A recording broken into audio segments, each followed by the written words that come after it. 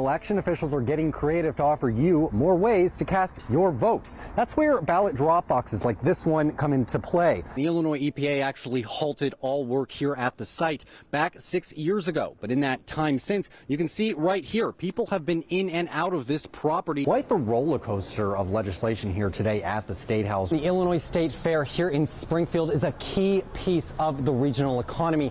Hundreds of thousands of people enter through these gates every single summer, but it's estimated that over $80 million will be lost in total this year. How this works is you literally just come up to the side of the window here at the restaurant and they hand you the food full of goodies to enjoy this holiday. Their goals for this year include permanent outdoor dining, a year-round farmers market, and even getting rid of open container laws in the neighborhood. We'll end up in micro pantries across the city. And one of the really great things is that it all tastes pretty good too.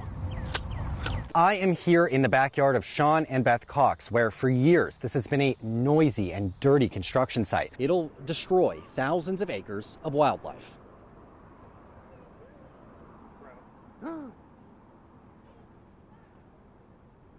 Get this on camera.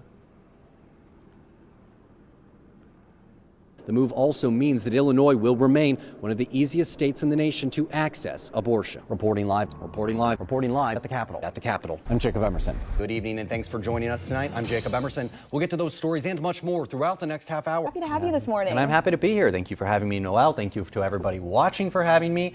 It is a great start to the week, Tuesday morning, and we're going to toss it over to start that morning by checking in with Storm Team meteorologist. If someone told you that you could earn money playing video games, but you had to play for 21 hours and you could only pick one friend to help you do it, who would it be? It wouldn't be me. That's a serious question, though. It wouldn't be me, though. Meteorologist Sarah Converse is joining us live now in the Weather Center to give us the latest on what's happening over central Illinois. Sarah, looks like we got a few days of sun, but then rain in the forecast? And many small central Illinois towns could soon raise your utility bills. This after natural gas prices skyrocketed during the Arctic blast just a few weeks ago. Now, Illinois Senators Dick Durbin and Tammy Duckworth say Illinois is a big winner in President Biden's American Rescue Plan. As we just mentioned, that $1.9 trillion stimulus package passing through the U.S. Senate this morning. Now to our top story, no longer tax exempt. That's the latest development on the abandoned Springfield church. This after News Channel 20's Jakob Emerson revealed the Sangamon County Supervisor of Assessments can revoke a special tax exemption.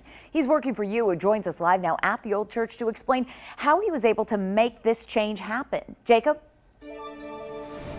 That's exactly right. This building that you see behind me was once home to the Chosen Generation Gospel, a church that was granted special tax exemption status. The problem, though, is that it has been abandoned clearly for years, and during that time, it hasn't paid any property taxes either.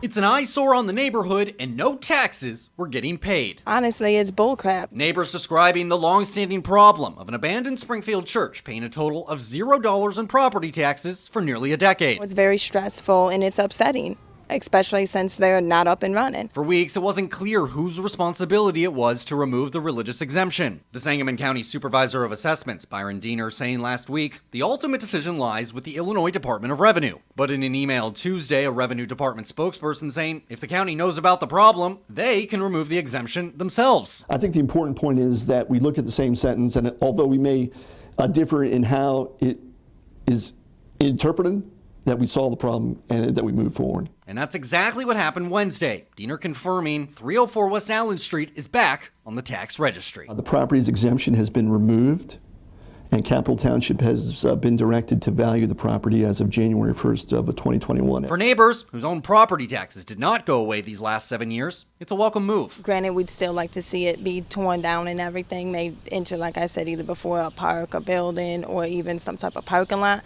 but at least we're one step closer to getting there.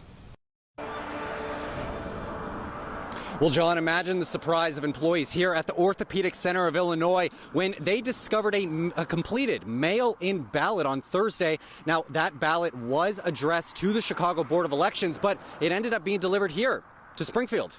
On September 30th, Chicago resident Virginia Perez signed her mail-in ballot and expected it to reach the Chicago Board of Elections. But that's not what happened. On Thursday, an employee at the Orthopedic Center of Illinois in Springfield discovered Perez's completed ballot in their mailbox. We reached out to Perez directly and alerted her of the problem, but she did not want to speak to us on camera. Illinois Board of Elections spokesman Matt Dietrich says it's a mystery to him how this happened. We have never had That happened before. Put it back in the possession of the Postal Service.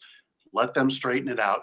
You don't need to contact the election authority. So how did a ballot end up 200 miles away from its intended destination? The address on the ballot does exist in both Chicago and Springfield, but it didn't end up at either. The Orthopedic Center says they contacted the Springfield Postmaster and the Chicago Board of Elections, but received no response. We did the same and alerted both agencies about the problem. Shortly after, the Chicago Board of Elections said in a statement, the voter, Virginia Perez, has a new vote by mail ballot on the way, and the Springfield location can destroy the one that ended up there. The Springfield Postmaster did not provide us with a response. Now, both the Chicago and the State Board of Elections tell us they've never seen something like this happen before. Over 600,000 Illinoisans have voted by mail to date in the upcoming election. For now, reporting live in Springfield, I'm Jakob Emerson.